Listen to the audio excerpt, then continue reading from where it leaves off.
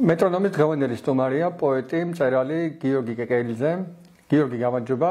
ჩვენ დღევანდელი ინტერვიუ შეეხება რამდენიმე საკითხს და ჩემი პირველი კითხვა იქნება შემდეგი. როგორია ლიტერატურის როლი სახელმწიფოსა და საზოგადოების შექმნის ჩამოყალიბების პროცესში? მოგესალმებით. საქმე ის გახლავთ, რომ ლიტერატურა არის თანმხლები მოვლენა ადამიანთა საზოგადოების ცხოვრების, ხო?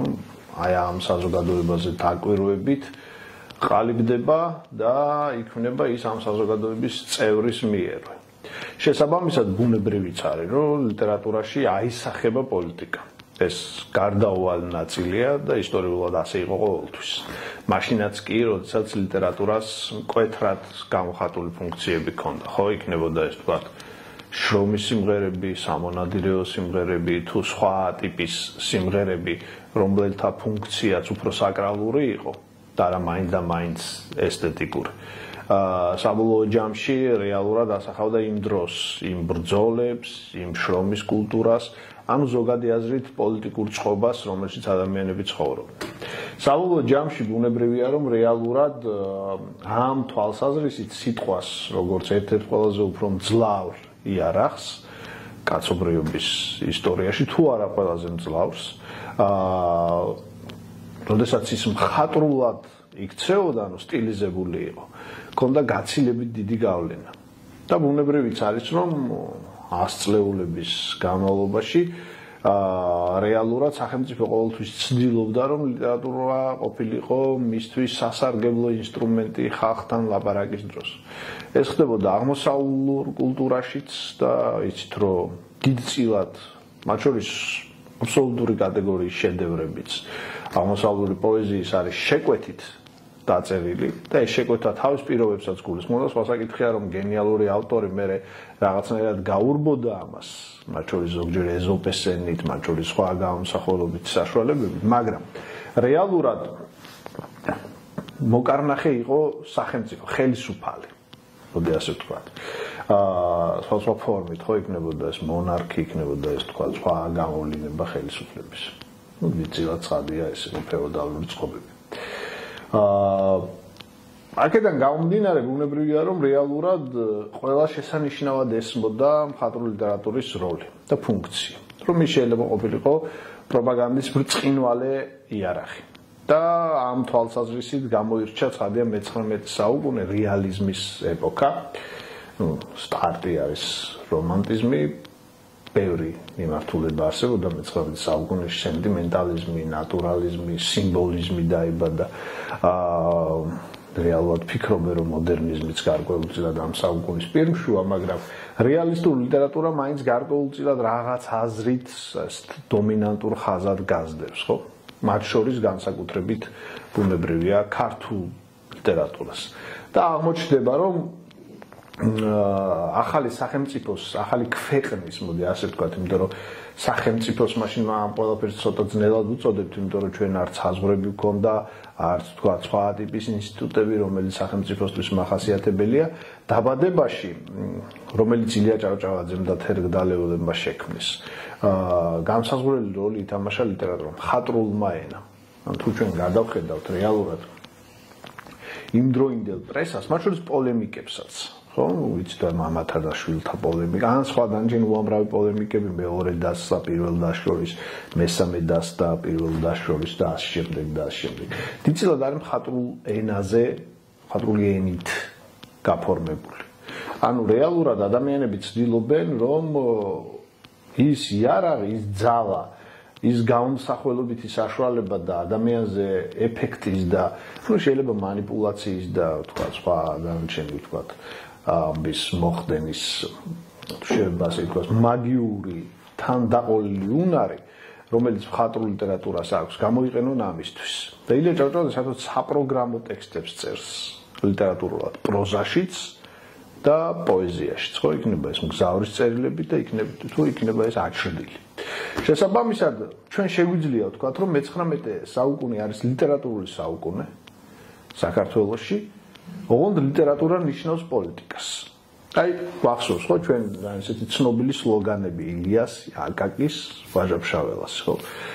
ღმერთთან მისთვის ვლაპარაკობ, რომ წარუძღვე წინა ერსახოს მეტაფორაა რა, ღმერთთან ლაპარაკი გულისხმობს გამორჩეული ენის ქონას, პოეზიას, მაგრამ ეს ყველაფერი დაფუძნებულია იმას, რომ შენ უნდა ეს ყველაფერი გამოიყენო ხალხის წინამძღოლობისთვის. გარემოების საყვირი არც მიწისავარ არც ისა, ხო? შემდეგი ავტორი, რომელიც ზუსტად ამას ნახავს, რომ ცასა და მიწას შორის, ანუ იმასაც ვაკეთებ, ამასაც ვაკეთებ. ვაჟამშავლად ბრწყინვალე დააქვს ეს გადაწყვეტილი. ვამაყობ იმით, რომ ცას ციურად და მიწას მიწად მივეთავასი. იგივეა, მაგრამ პოეტური ხერხი არის ცოტა განსხვავებული. ამიტომაც რეალურად აღმოჩნდა, რომ მე-19 საუკუნე მესროლი ყველაზე უფრო უკეთ გააცნობიერა, განსაკუთრებით საქართველოში. მაგრამ არ დაუკლია მე-20 საუკუნესაც.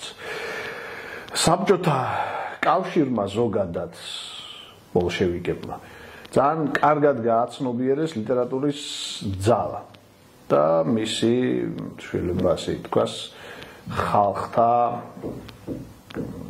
ახალი ფორმის, ადამიანის ახალი ფორმის გამოგონების პროცესში გამოყენების შესაძლებლობა, ხო? მოგხსენებათ, რომ ამაზე ძალიან სერიოზული წერილები იწერებოდა.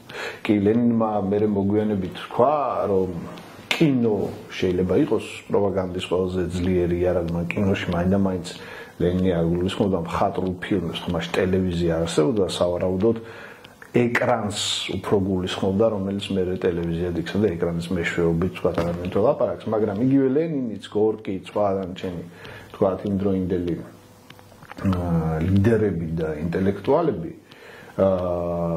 ფიქრობდნენ, რომ ლიტერატურას შეეძლო ყველაზე უფრო უკეთ მიეღო მონაწილეობა ახალი ადამიანის შექმნის პროცესში, ტროცკიც მათ შორის. სხვა საკითხია, როგორ ადამიანს ქმნიდნენ ისინი, რა იყო განზრახულობა და რა მივიღეთ ეს სრულიად ამაზრზენი საშინელი და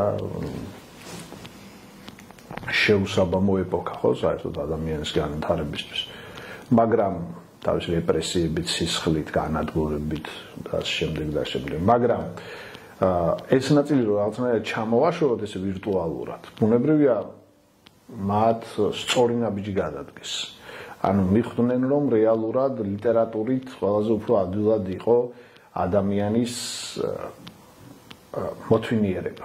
აგალი ბაგრაძის აქ შესანიშნავი წიგნი, რომელსაც წერილობის მოთვინიერება ქვია. და რომ გავაგრძელოთ ეს ამბავი ერთგვარად, წინადადებაში წერილობის მოთვინიერებით მე უკვე ადამიანების მოთვინიერება.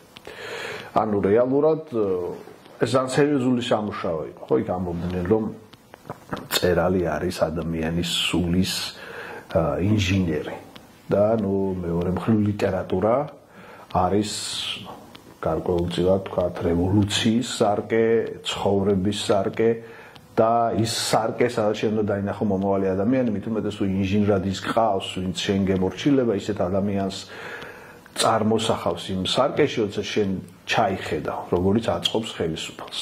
და ამაზე ძალიან სერიოზული სამუშაო ჩატარდა, ძალიან დიდი ყოვლის მომცველი და ჩვენ ვიცით თუ გადავხედოთ მაგალითად მე-20 საუკუნის, აი 20-იანი წლების მიწურულის და 30-იანი წლების დასაწყისის პრესას, მათ შორის ქართულს.